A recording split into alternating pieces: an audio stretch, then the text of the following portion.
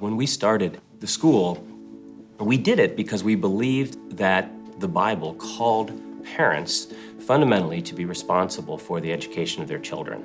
And the most important thing, I believe, is that you're seeking to be a faithful parent and to obey God.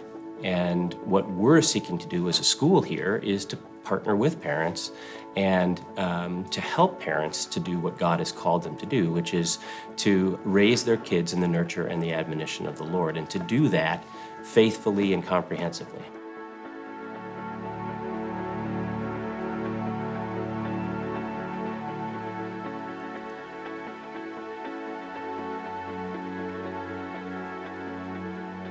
Back in the early 90s, when we were ready to put our firstborn into school, we knew we wanted to give our children a Christian education, but we weren't too excited about the options that we had available to us in the area. And Tom really had a better vision and expectation of a Christian education for our kids. And so we then just decided to start homeschooling. And I really never pictured myself as being a homeschooling mom through the long haul, but we decided that we would do it a year at a time and see how it goes, which I think a lot of homeschooling families do that as well. Fast forward a couple years, and Tom read an article in Table Talk magazine, which is a monthly devotional, about classical and Christian schooling. He was headed out of town for work, and so he circled it and laid it before me and said, read this article and call those people. And so I did, and called down to Orlando, Florida, right? Mm-hmm. The Geneva School, and talked with Marlon Detweiler. And while he tried to recruit Tom and I to come join them in their efforts, he also urged us to read Recovering the Lost Tools of Learning by Doug Wilson. So we got that, and as I was reading it, I just thought, Eureka! This is what Christian education is supposed to be.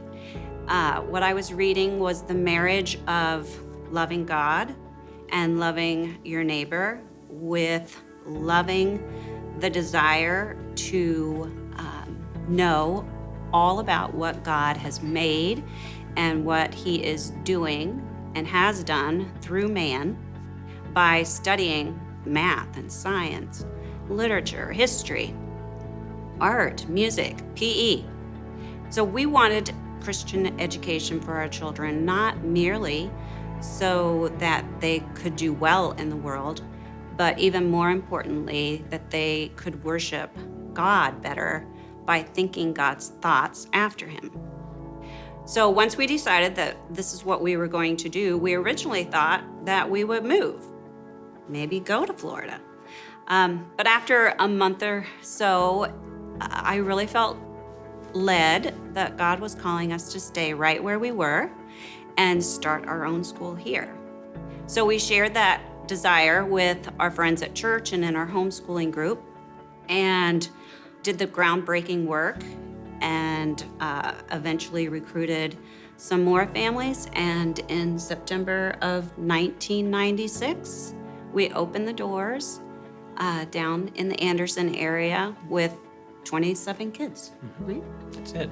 We have, as we just said, 6 kids who have graduated, so we know many of the graduates of the school, and it's easy at one level to say they've gone to college, they've done very well for the most part, graduated, good grades. Those are the easy things to measure.